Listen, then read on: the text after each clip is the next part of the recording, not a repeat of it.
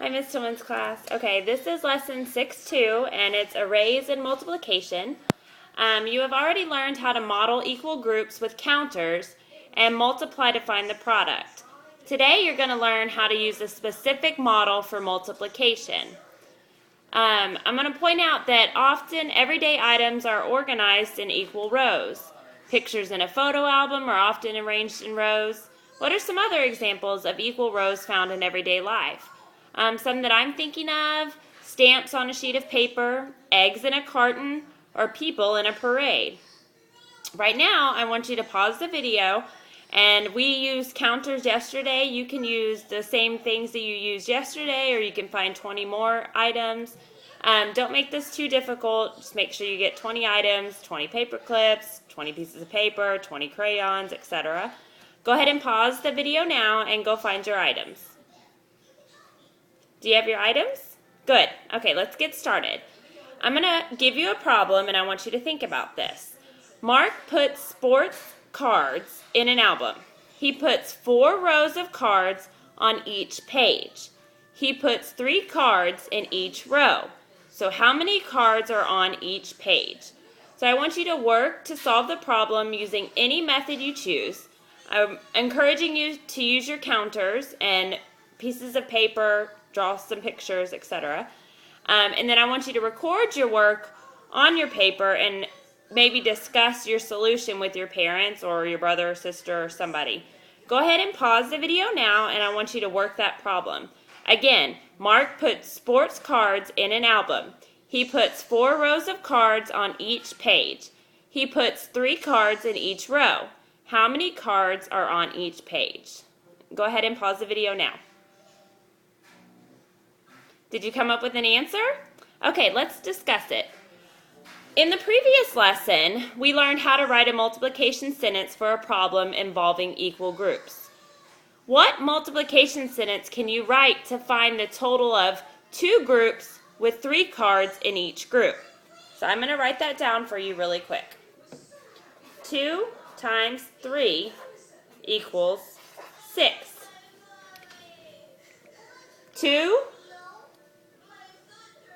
3, 6. There are 2 groups, 3 cards in each group, 6 total cards.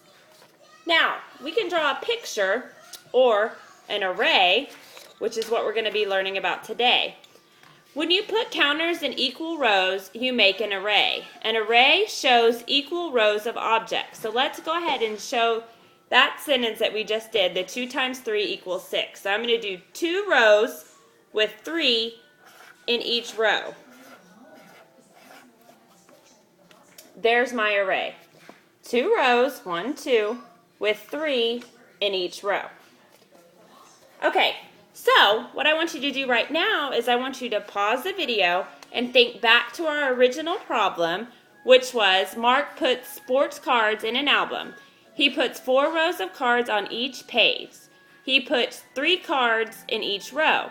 How many cards are on each page? And I want you to pause the video, and I want you to draw your own array. Go ahead and pause the video now. Did you get your array?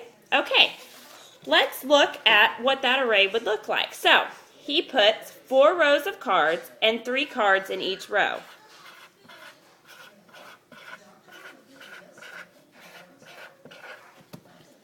Did your array look like this? If it did, then you were correct. There are 4 rows with 3 in each row. Now, we learned about repeated addition. Could we use repeated addition to solve this problem? Yes, and it would look like this.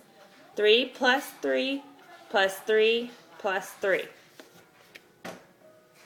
Okay? And the answer to that is 12. You can also write a multiplication sentence.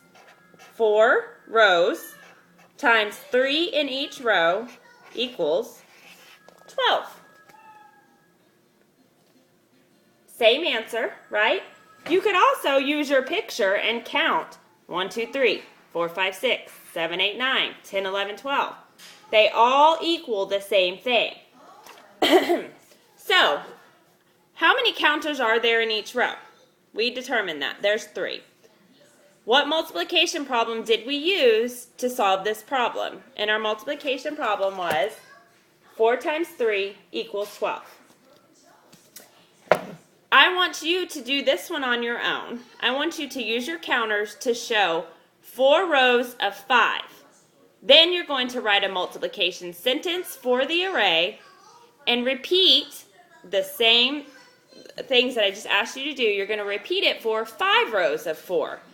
What do you notice about the products? And I want you to come in tomorrow and have an answer ready for me because we're going to discuss that before our math workshop. I look forward to tomorrow in our workshop and exploring more of this topic, and I hope you have a good evening.